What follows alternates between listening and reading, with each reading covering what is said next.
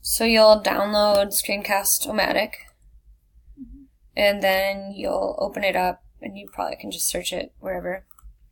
And then you can show them wherever you want to go, right? So you're just basically recording all your movements.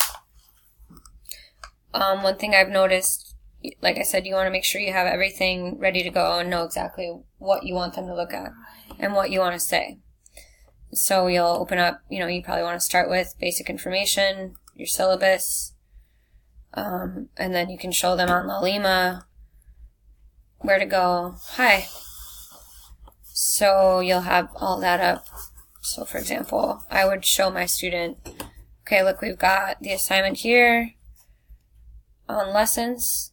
They'll click the day. You can show them which day to click. And then you can show them, okay, I want you to read these things. And it's showing them exactly what I'm highlighting, right? And this is how I want you to submit it with that label. Blah, da, da, da. And you can submit to this folder, copy, paste, go here, okay? And then when you do that, you can look up your grades to see how you did on the assignment. If you're missing assignment, you can also go here, okay? Makes sense? Good? Okay?